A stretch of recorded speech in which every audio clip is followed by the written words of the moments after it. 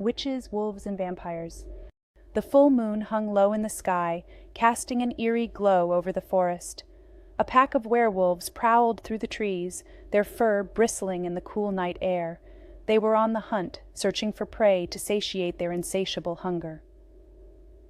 As they moved deeper into the woods, they sensed a powerful presence nearby. It was the scent of magic, and it was coming from a clearing up ahead. Curious, the werewolves cautiously approached the source of the magical energy.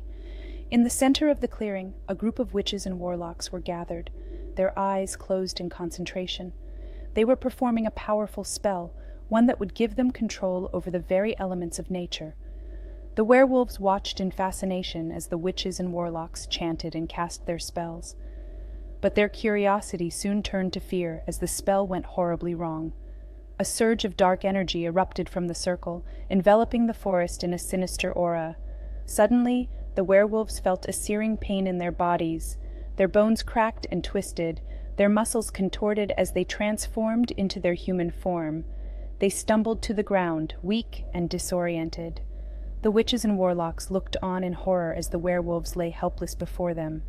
They had not intended for their spell to have such a devastating effect, but it was too late to undo the damage they had wrought.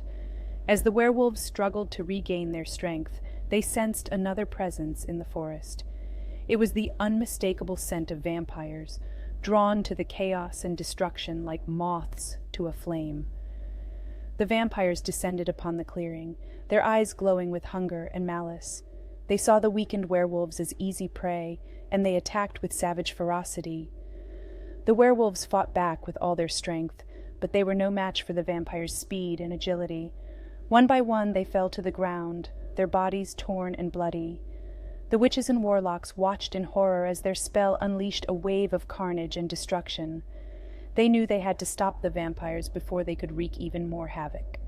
With a flick of their wrists, they cast a powerful spell that sent the vampires reeling.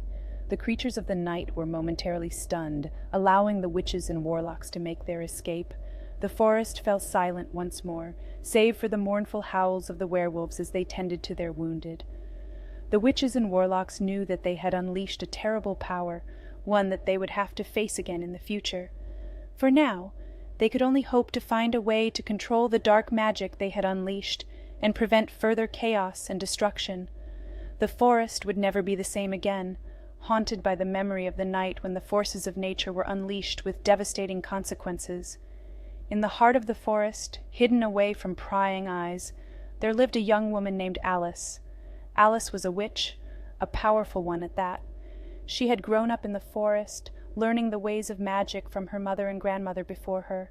She lived alone now, but she was never truly alone.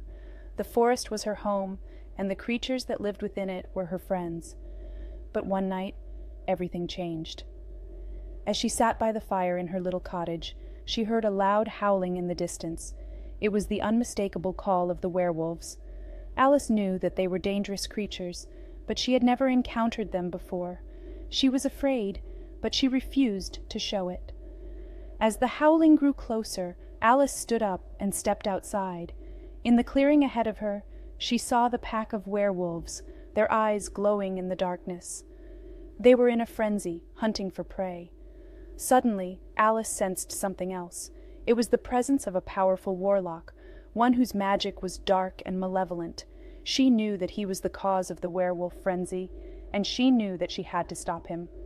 With a flick of her wrist, Alice summoned a powerful gust of wind that knocked the werewolves off their feet.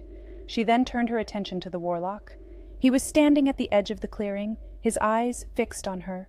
Alice knew that this warlock was not like any she had encountered before. He was fueled by an intense hatred for all creatures of magic, and he would stop at nothing to destroy them. He had already corrupted the werewolves, turning them into mindless beasts that obeyed his every command. As the warlock stepped forward, Alice raised her hands, ready to cast a powerful spell. But before she could do anything, he unleashed a blast of dark energy that sent her flying through the air. Alice landed hard on the ground, her body bruised and battered. She knew that she was no match for the warlock's dark magic, but she refused to give up. She summoned all the strength she could muster and stood up, ready to face her opponent once more.